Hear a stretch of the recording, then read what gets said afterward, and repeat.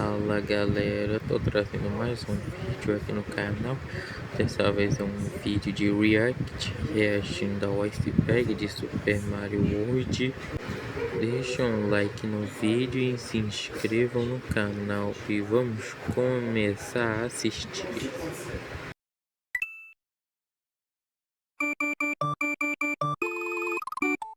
Olá e sejam bem-vindos a um novo vídeo do canal. Super Mario World é um dos meus jogos favoritos de todos os tempos, e hoje vamos explorar os segredos e mistérios mais profundos desse clássico através de um iceberg que montei usando 3 imagens que encontrei na internet. Se esse é o seu primeiro vídeo de iceberg, deixe-me explicar. Esse tipo de vídeo usa a imagem de um iceberg como uma analogia para classificar as informações e teorias sobre um tema específico. A parte visível do iceberg representa os fatos e segredos mais conhecidos, enquanto as camadas mais profundas e submersas revelam teorias mais obscuras e desconhecidas. Com isso explicado, vamos começar o vídeo de verdade.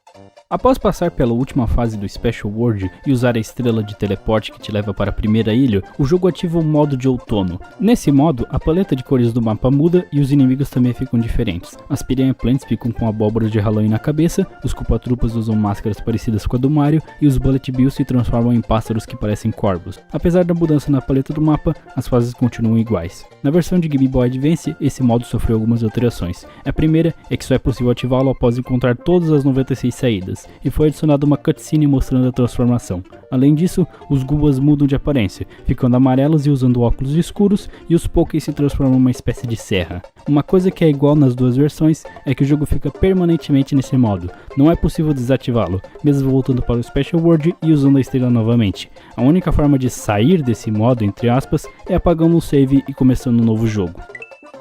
Esse foi o jogo de estreia do personagem. A história dele começa quando Bowser chega à Ilha dos Dinossauros e aprisiona Yoshi e outros membros da sua espécie em ovos. Mario e Luigi conseguem salvar o Yoshi e os três resolvem se juntar para ir atrás do Bowser, salvar a Princesa Peach e a Ilha dos Dinossauros. Depois de aparecer nesse jogo, o personagem rapidamente ganhou popularidade e se tornou um dos personagens mais queridos e populares da Nintendo, tanto que não demorou para ele ganhar sua própria série de jogos, como Yoshi's Island e outros jogos de plataforma como Yoshi's Story, Woolly World e o Crafted World. Além disso, Yoshi também protagonizou jogos de puzzle, como um com o nome de Yoshi para o NES e Game Boy e Yoshi's Cookie para o Super Nintendo. Ele também aparece em outras franquias, como Mario Kart, nos jogos de esporte do Mario, os RPGs e no Super Smash Bros. Sendo o jogo mais popular do Super Nintendo, não é surpresa que existam inúmeras ROM hacks criadas pela comunidade e compartilhadas em sites como romhack.net e o Super Mario World Central. Como são muitas e este vídeo não é um iceberg de hacks do Super Mario World, vou comentar apenas algumas mais famosas, começando com o Vanilla Level Design Contest, que, como o nome sugere, é uma competição para ver quem cria a melhor fase no Super Mario World sem modificar o jogo de forma drástica. Esta competição foi criada no Super Mario World Central e continua ativa desde 2008. Também temos a famosa hack da roupa laser, que adiciona um novo power-up ao jogo. Ele pode ser encontrado em uma ilha próxima à Top Secret Area após descobrir uma saída nela. Esse power-up ficou famoso por conta de um vídeo postado há muito tempo no YouTube, fazendo muitas pessoas acreditarem que este item existia no Mario World original. E é claro, temos o infame cais do Mario World, criado por T. Takemoto para o seu amigo R. Kiba.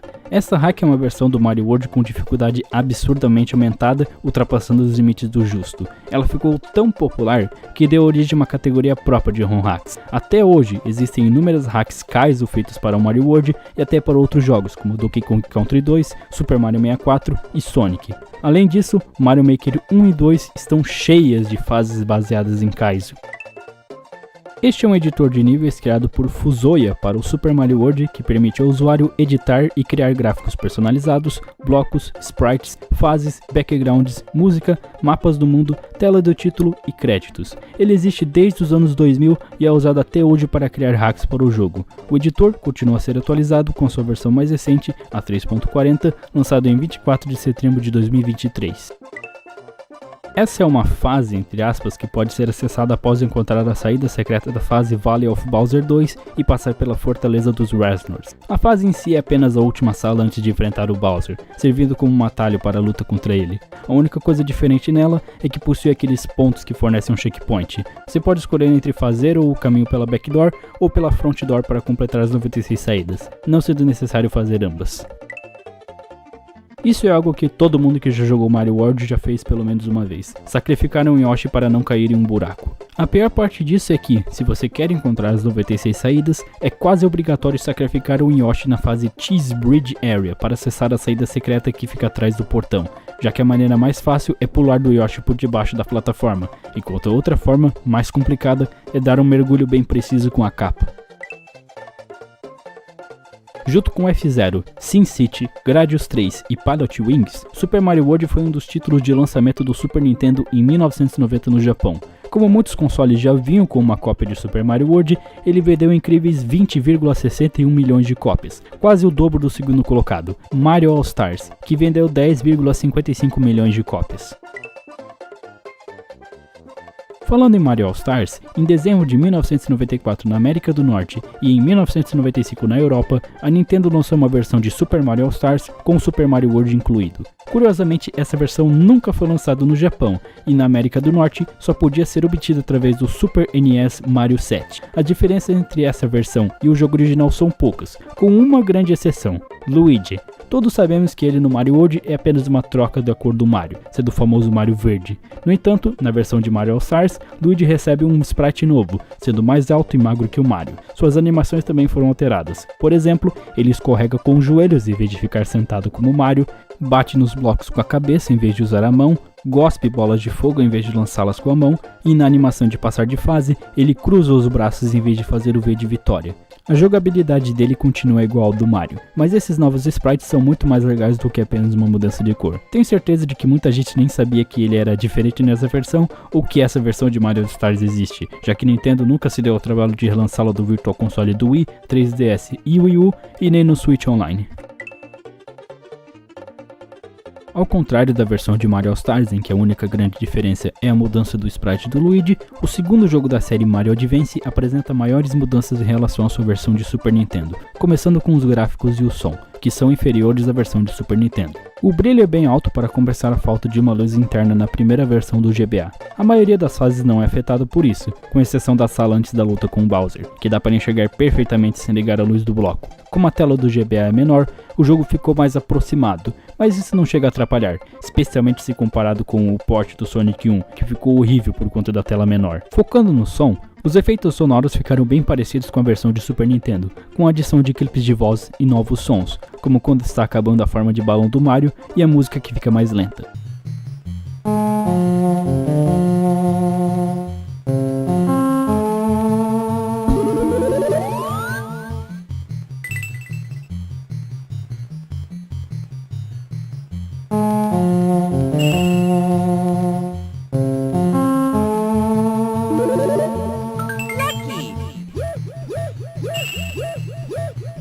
Falando em música, a maioria delas ficou bem parecida com a versão de Super Nintendo, como o tema Overworld e o tema Atlético.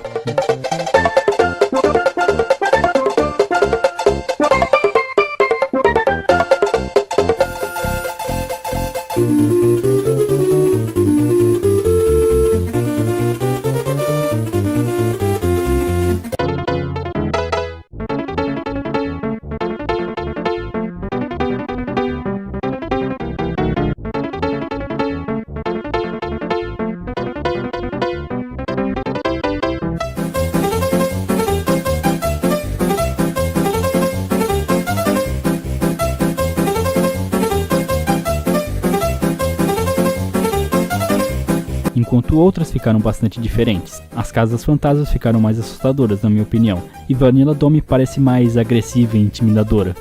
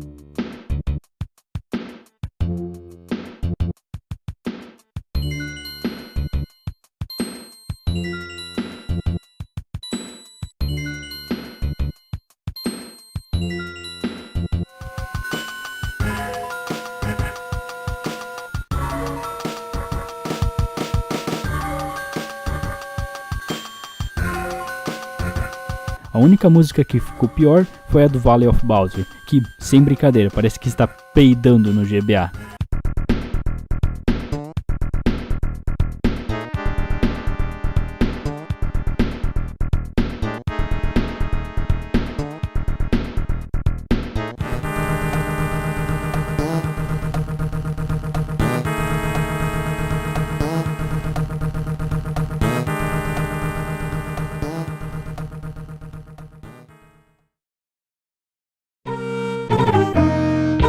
Agora falando das mudanças no gameplay. O Luigi sofreu alterações e desta vez é diferente do Mario. Ele tem um sprite novo, salta mais alto e cai mais devagar, as bolas de fogo dele pulam mais alto que as do Mario, quando o Yoshi pega um inimigo com a língua é possível cuspi-lo em outro inimigo, os blocos com várias moedas soltam todas elas de uma vez quando o Luigi bate e quando ele está com a capa, voa mais alto.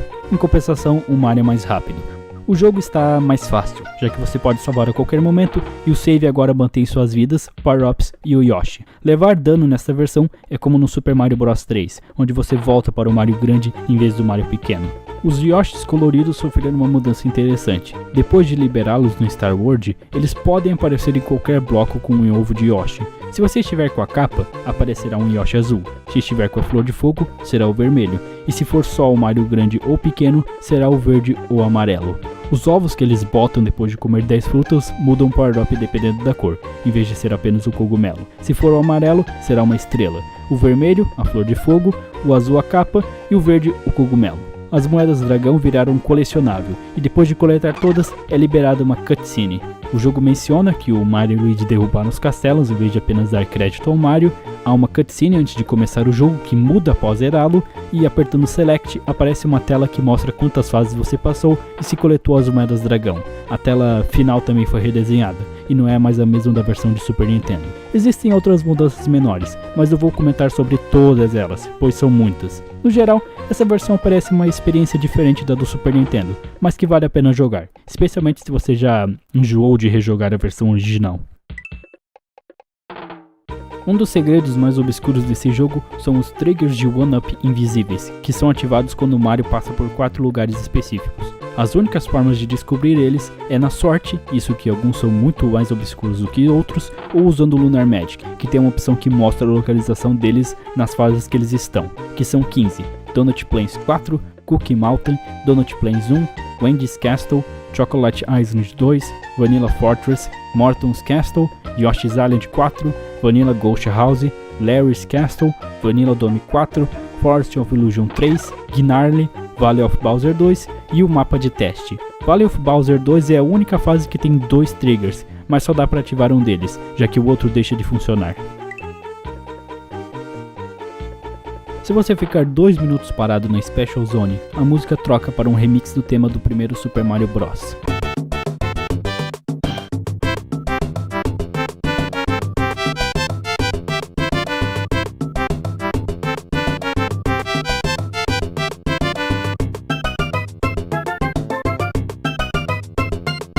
Aproveitando que eu tô falando da Special Zone, o logo ali em cima é o logo japonês e europeu do Super Nintendo, e ele continua ali na versão americana e no Super Mario Advance 2, só que lá ele só aparece depois de completar as 96 saídas, e ele fica no canto superior esquerdo, quase invisível. Isso é bem óbvio, tanto que é por isso que tá na primeira camada. Super Mario World é o quarto Super Mario Bros, tanto que no Japão a capa dele deixa isso bem claro.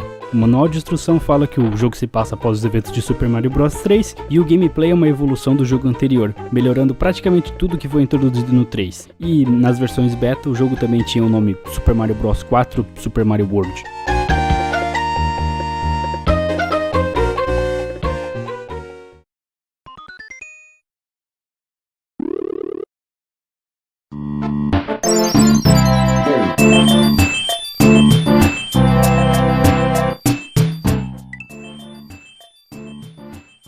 É exatamente o que o título do tópico diz. Uma das poucas diferenças regionais é que o Yoshi consegue comer os golfinhos. Aparentemente isso foi removido das outras regiões por motivos culturais, mas eu não consegui achar alguma entrevista ou declaração da Nintendo onde isso é citado. O curioso é que na versão de GBA, o Yoshi come os golfinhos, independente da região que o jogo seja.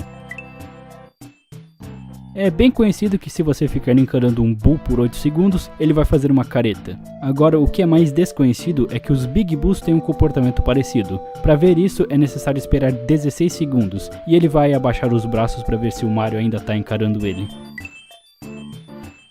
Por algum diabo de motivo, o Slide mata coisas que ele não deveria, como por exemplo as serras e o Big Boo. Em 1995, uma empresa chamada Hummer Team, conhecida por ter feito vários jogos bootleg, como um port de Street Fighter 2 para o NES e Somari, uma espécie de port do Sonic 1 para o NES onde você joga com o Mario com os poderes do Sonic, lançou um port de Super Mario World para o NES. Ele é surpreendentemente fiel à versão de 16 bits, mais do que outros bootlegs que vou abordar mais profundamente no iceberg, tendo a Flor de Fogo, a capa, um modo de 2 jogadores com Luigi, um Yoshi completamente funcional e 28 das 76 fases do jogo original. Contudo, as Switch Palaces e os mundos secretos foram cortados e faltam vários inimigos, obstáculos e os efeitos do Mode 7. A jogabilidade é meio esquisita, já que o Mario não tem uma boa aceleração no ar, e a física das rampas está invertida, com o Mario ganhando velocidade ao subir e perdendo ao descer. A música é uma desgraça, sendo muito barulhenta e aguda, a ponto de doer os ouvidos, principalmente o tema do castelo, que começa legal, mas depois de 35 segundos vira uma bagunça.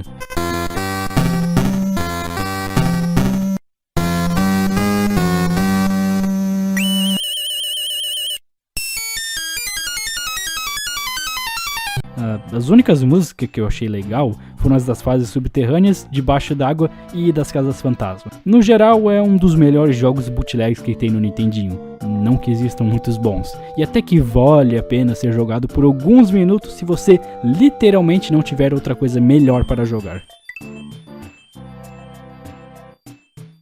Se na hora que a Peach está caindo do Bowser depois de vencê-lo, você segurar Y e apertar para cima até os créditos começarem a rolar, o Mario vai fazer uma animação esquisita onde ele parece que está andando, batendo palma ou fazendo T-pose por um frame. Fui atrás de alguma explicação do porquê isso acontece, mas não encontrei nada. Só descobri que naquele site que adiciona conquistas em jogos antigos, o Retro Achievements, existe uma chamada Do The Mario, onde você precisa executar esse bug.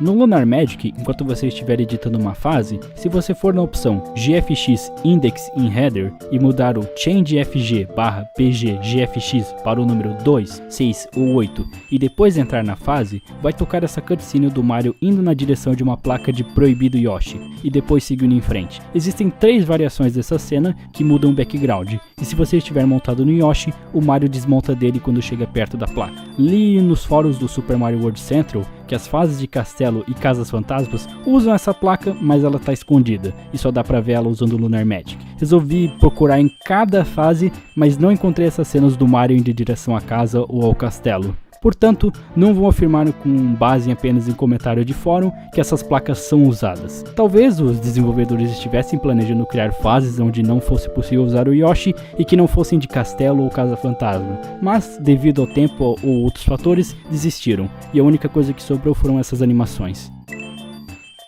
Durante o desenvolvimento do primeiro Super Mario Bros., Shigeru Miyamoto queria que o Mario montasse em um cavalo. Houve até desenhos do Mario montado em um animal que se parecia um dinossauro, mas as limitações do Nintendinho impediram essa ideia de ser executada. Contudo, com o desenvolvimento do Super Nintendo, foi possível reviver essa ideia do Mario ter um parceiro animal. O Yoshi, que a gente conhece, passou por algumas formas bizarras antes de ficar do jeito que conhecemos. Primeiro, ele era bem mais primitivo, esguio e cuspia fogo. Depois ele ficou mais gordinho e parecido com um dinossauro. Não sei qual desses dois veio primeiro, mas existe um sprite do Yoshi mais ou menos do tamanho da versão final, só que com a cabeça do primeiro design e ainda com a habilidade de cuspir fogo. E também tem essa versão com a cara mais arredondada, que acredito ter sido a penúltima versão do Yoshi, já que ele tem uma paleta de cores quase igual à da versão final. No Valley of Bowser, usando o Lunar Magic, dá pra ver que tem uma Switch Palace vermelha escondida e que não é possível chegar ou ativá-la sem hackear o jogo. Entrar nela te leva para uma fase de teste, em vez de uma fase do Switch Palace. Provavelmente a fase Valley of Bowser 3 teria uma saída secreta para a Switch Palace, mas os desenvolvedores perceberam que ativar os blocos vermelhos seria inútil, já que o jogador está praticamente no final do jogo. Assim, sabiamente, mudaram Switch Palace para Vanilla Dome.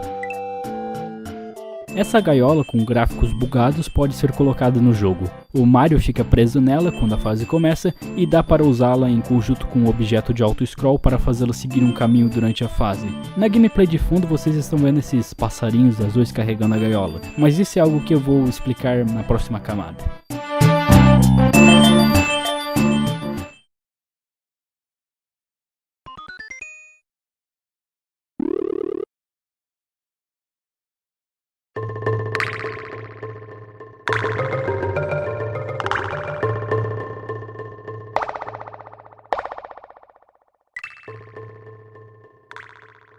Antes do Nintendo Giga Leak, já era conhecido que o Haku Mario retornaria, graças a revistas da época que mostravam ele no jogo e também por causa de fitas de testes do Super Nintendo, que vou abordar mais a fundo depois. Essas fitas continham sprites beta do Super Mario World, sendo 2 deles a Folha e o Mario na forma de Guaxinim. Depois do Giga Leak foram descobertos ainda mais sprites do Haku Mario, como esses dele correndo, girando, carregando itens, subindo paredes, montado no Yoshi, etc. Também foram encontrados sprites dele voando igual a capa, inclusive realizando um mergulho. Conforme Super Mario World foi sendo desenvolvido, os desenvolvedores resolveram substituir o Haku Mario por um novo power-up com habilidades parecidas, a famosa capa. Antes dela ficar do jeito que conhecemos, ela passou por algumas fases curiosas. Graças ao Giga Leak, foram descobertos os designs beta dela. O primeiro é esse em que o Mario usaria um capacete e uma capa roxa. O segundo é ele sem o capacete e tem esse em que ele está com as cores verde e vermelha. Existe também outro potencial substituto do Haku Mario, em que ele usaria asas para voar, lembrando um pouco a Wing Cap que apareceu no Super Mario 64. E, para finalizar, você literalmente pegaria a capa ao invés de uma pena que magicamente faz o Mario ganhar uma capa. Nos anos 90, a Nintendo tinha um serviço de reparo e suporte chamado Nintendo World Class, onde você podia ligar para pedir ajuda para instalar um console e também enviar um danificado para eles consertarem. Uma das ferramentas que eles usavam no conserto eram as fitas de teste, que serviam para verificar se os controles, acessórios, som, imagens e efeitos gráficos do console estavam funcionando. O Super Nintendo teve 2 dessas fitas, uma de 1991 e outra de 1992, ambas contendo gráficos da versão beta de Super Mario World. A fita de 92 tem menos conteúdo, apenas alguns sprites do Mario, onde é possível ver a cauda e as orelhas de Guaxinim, além de alguns power-ups, inimigos e objetos. Já a fita de teste de 91 tem mais coisas, como um Mario grande com azul e vermelho mais escuros do que na versão final, um Mario pequeno diferente, o mesmo que apareceu em revistas da época que o mapa do jogo tinha o formato de um cogumelo, e vários sprites baseados em Super Mario Bros 3, como um bloco de tijolo, pedra, bloco com ponto de interrogação, plataforma giratória e a flor de fogo,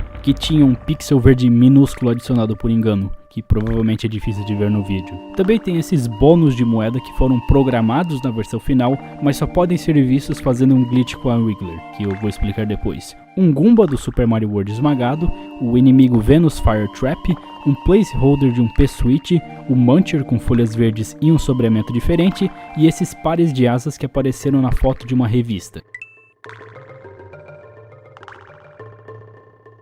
Isso é algo que o manual deixa bem claro na página 20. Este é um navio afundado de aparência estranha. Você não viu isso em algum lugar antes? É isso mesmo, Super Mario Bros 3. Koopa e seus filhos usaram um navio voador para dificultar a vida de Mario. Eu não ficaria surpreso se Bowser estivesse escondido em algum lugar próximo. Além disso, no final dela tem essa orbe com um ponto de interrogação que só aparece nessa fase, e ela é a mesma que o Mario coleta depois de derrotar um daqueles chefes dos castelos do terceiro jogo. Junte tudo isso com o fato de conseguirmos jogar com o Yoshi numa fase que tem bus, e no caso uma casa fantasma praticamente, transforma Sunken Ghost Ship na fase mais única do jogo. No Lunar Magic, usando o editor de nomes de fases, dá para encontrar uma não utilizada chamada #2 Morton's Plains. Indo até ela, vemos que é uma cópia da Donut Plains 1 com um background bugado. Não se sabe como ela seria, aonde ficaria no mapa, e nem dá para dizer que o nome dela é esse de verdade, já que ele é uma junção das strings de texto #2 Morton mais o Plains, tanto que na versão japonesa o nome da fase fica em branco. Curiosamente dá para consertar o background, trocando ele pelo da Yoshi's Island 1, mas isso não revela muita coisa do que ela poderia ter sido. Esses são 2 sprites que eram para aparecer no mapa. Ambos podem ser inseridos usando um editor hexadecimal e um save state de um emulador. Eu tentei fazer isso, mas não consegui. Por sorte, alguém fez isso com um save state do clássico emulador ZSNES. O Lakitu não aparece em submapas como Vanilla Dome e Yoshi's Island, dá para supor que a função dele seria ficar flutuando em fases que tem Lakitus. Algo engraçado, já que todas as fases que tem um Lakitu estão em submapas. Já o pássaro azul, chamado de Blue Jay, Gaio Azul em português, é mais interessante. Primeiro, ele aparece em quase todos os mapas, exceto na Vanilla Dome. Segundo, é teorizado que aquela gaiola que mencionei na camada anterior seria carregado por ele, por conta das asas e da paleta azul usada na ponta da corrente. Já que eu estou falando de sprites que iam aparecer no mapa, existe também essa planta piranha que ficaria como decoração.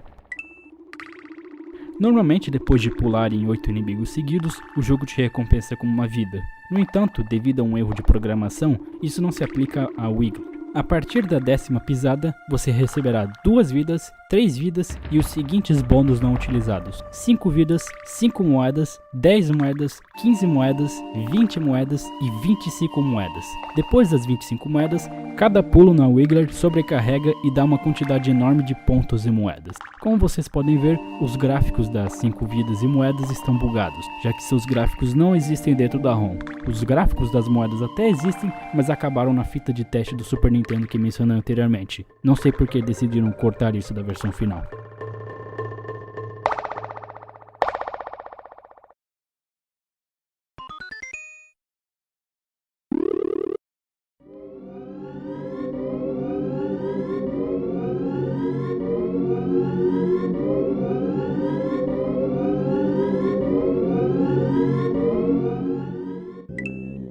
Esse é o nome da montanha com uma lagoa que o Mario passa antes de ir para a Sweet Palace amarela no manual do jogo. Ele não é um nome aleatório, já que a montanha lembra bastante a cabeça de um Kappa, um ser da mitologia japonesa que parece uma mistura de criança com tartaruga. Segundo as lendas, um Kappa pode ser bondoso se for respeitado como um deus, caso contrário, ele pode fazer coisas bem cruéis, como arrastar pessoas e animais para a água e afogá-las, sequestrar crianças ou até mesmo comer carne humana.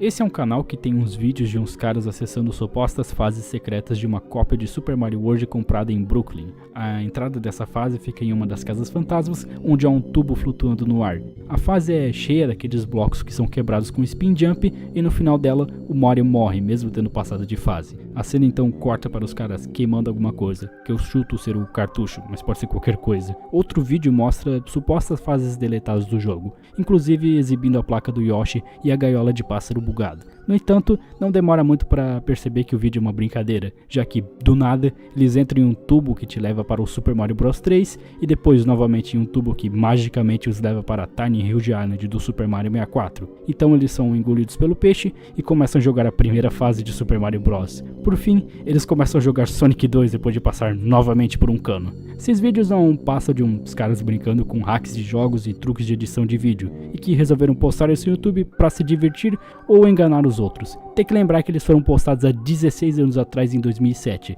e esse tipo de conteúdo não era raro na plataforma na época.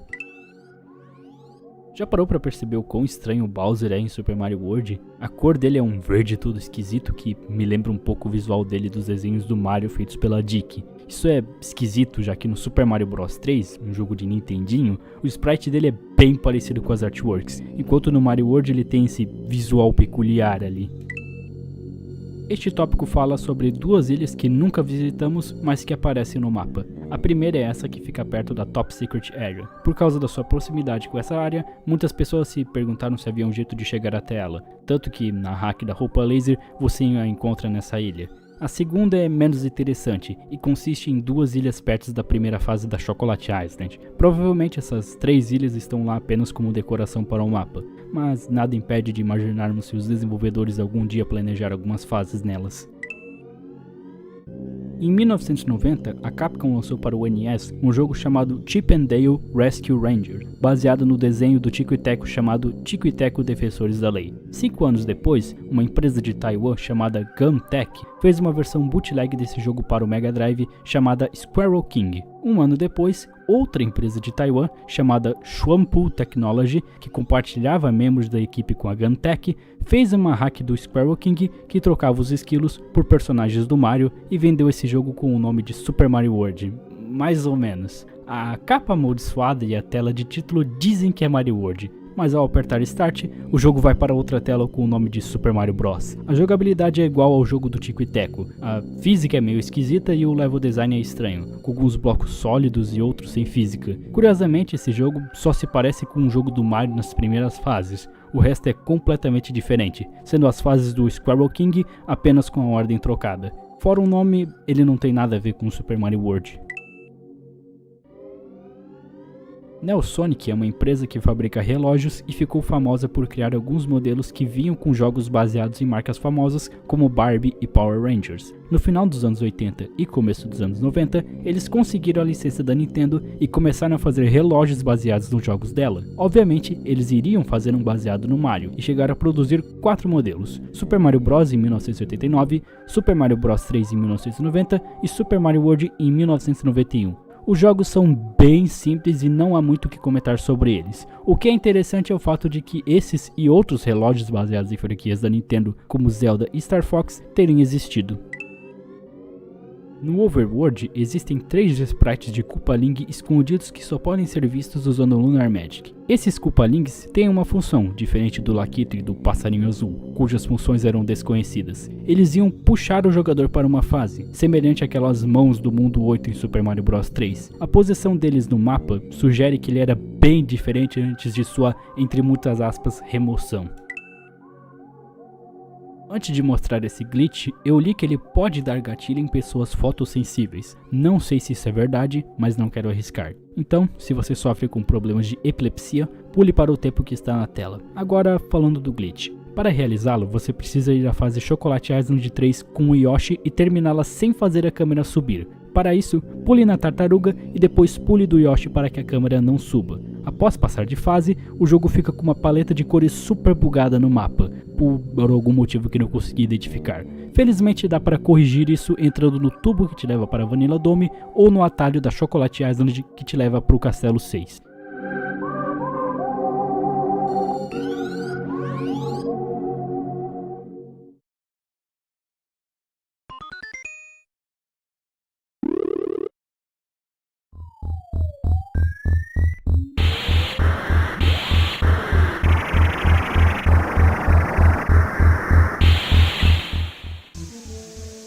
Existem 2 comerciais americanos e um holandês que mostram trechos da luta contra o Bowser no final. O comercial holandês é o que menos dá spoiler, pois se você piscar, perde a cena de tão rápido que passa na tela. Já um dos comerciais americanos mostra a nave do Bowser aparecendo na tela e em seguida corta para o Mario e a Peach com os fogos de artifício ao fundo. O segundo e último comercial americano mostra mais detalhes, como o Mario jogando os Mecha Koopas na cabeça do Bowser e, novamente, a cena da nave aparecendo na tela.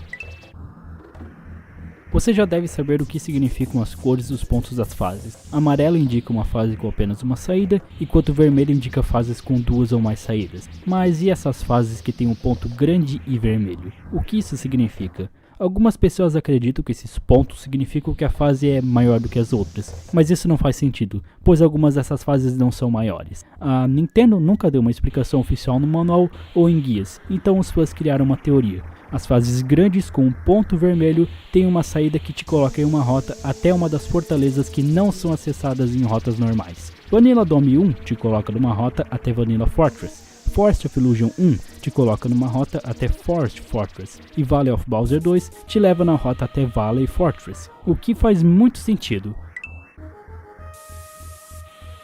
No mesmo comercial americano que mostra o Mario enfrentando o Bowser, há uma cena dele andando em um caminho não revelado de Vanilla Dome. Isso acontece porque a versão do Super Mario World mostrada no comercial é um protótipo datado de 25 de outubro de 1990, 10 meses antes do lançamento nos Estados Unidos e 1 mês antes de sair no Japão. Essa versão tem poucas diferenças em relação à final, como a tela de título, que é igual à versão japonesa, e a fonte e os textos que são diferentes. O que é interessante nessa versão é que algumas funções de debug estão ativadas, permitindo fazer coisas como trocar de Yoshi no mapa, mudar a forma do Mario dentro da fase e andar pelo mapa do jogo inteiro, mesmo sem ter passado de nenhuma fase. A única coisa que impede o progresso do Mario é a porta de Vanilla Dome. Depois disso, você pode até andar no ar. Este é mais um bootleg baseado no Super Mario World, mas diferente daquele que era uma reskin do jogo do Tico e Teco, este aqui é bem mais fiel.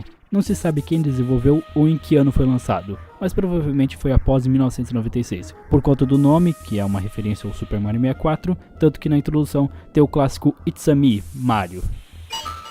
It's me, Mario! Mas as referências ao primeiro jogo 3D do Bigode acabam aqui, pois ele é uma versão bem ruim do Super Mario World. A música é estranha e, tirando a da primeira fase, o resto é tudo de outros jogos. A velocidade é lenta e o Mario é muito estranho de controlar, principalmente por conta da aceleração, já que ele só pega a velocidade andando, pois não tem botão de correr. Os inimigos não funcionam como você espera. Por exemplo, o Charging Chuck morre com apenas um pulo em vez de vários e não tem Yoshi, apesar das moedas dragão estarem presentes. As fases lembram um pouco as do original, mas com muitas modificações. E existem algumas fases originais, como a última, que é um labirinto horrível que termina com o Mario enfrentando o último chefe, que por algum motivo não é o Bowser, mas sim uma bola preta com uma cara. Não me pergunte onde ele está, pois ele só aparece na tela de título, que veio do Mario All Stars e é mencionado na tela antes da primeira fase. Enfim, não percam tempo jogando esta bomba, pois diferente daquele outro bootleg, esse aqui não tem nada de muito interessante. Esse lugar é para ser uma caverna ou um vale? Porque ambos não fazem sentido nenhum. Se for uma caverna, como diabos tem um céu dentro dela, já que fica dando trovões no mapa e durante a luta contra o Bowser? Se for um vale, também não faz sentido, porque vales são áreas baixas e alongadas, geralmente entre colinas ou montanhas, que normalmente contêm um rio ou um riacho que corre de uma extremidade a outra. A única explicação que consigo imaginar é que os canos e a entrada do vale são portais que levam o Mario para outra dimensão ou em um lugar bem longe da Ilha dos Dinossauros. De fato, só de dar uma olhada básica na página dele no tcrf.net, você vê a quantidade de conteúdo que era para estar na versão final, especialmente se olhar para as páginas que falam do conteúdo descoberto no Gigaleak. Além disso, o próprio Miyamoto já admitiu em uma entrevista para a IGN sobre a história da franquia que a chegada da Sega e do Sonic e o lançamento do Super Nintendo fizeram com que o jogo sofresse um desenvolvimento apressado. Por sorte, mesmo com tudo isso, ele se tornou um dos melhores jogos da franquia, e sozinho vendeu quase o dobro de cópias que Sonic 1 e 2 juntos. Na versão beta, quando o mapa do jogo tinha o formato de um cogumelo, era possível ver casas de Toads, semelhantes ao Super Mario Bros 3. Conforme o jogo foi sendo desenvolvido, as casas acabaram sendo cortadas, e por algum motivo, os desenvolvedores resolveram remover completamente os Toads do jogo. Isso fez de Super Mario World um dos, se não o único jogo do Mario sem qualquer menção dos Toads.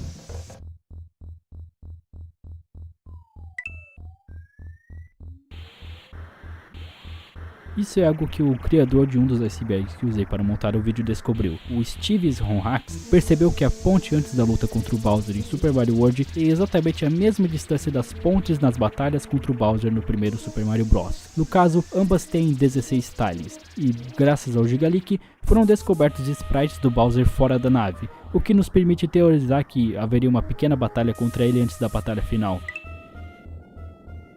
Antes da internet e do fácil acesso a manuais e principalmente a artes oficiais, era bem comum as pessoas pensarem que o Mario bate na cabeça do Yoshi para ele usar a língua, ao invés de apontar o dedo. Entretanto, essa interpretação não foi a primeira coisa que os desenvolvedores pensaram. Em uma entrevista realizada antes do lançamento do SNES Classic Edition, um dos desenvolvedores entrevistados, chamado Shigefumi Hino, que é um designer gráfico e o responsável pelo design do Yoshi, mencionou que inicialmente fizeram a animação do Mario batendo na cabeça do Yoshi, inclusive com som tipo bonk. No entanto, decidiram mudar isso, porque as pessoas ficariam com pena do Yoshi. Alguns anos depois dessa entrevista, aconteceu o vazamento do Gigaleak, e nele foram descobertos sprites do Mario batendo na cabeça do Yoshi Beta para ele cuspir fogo. Portanto, quase que se tornou canônico que o Mario batia no Yoshi.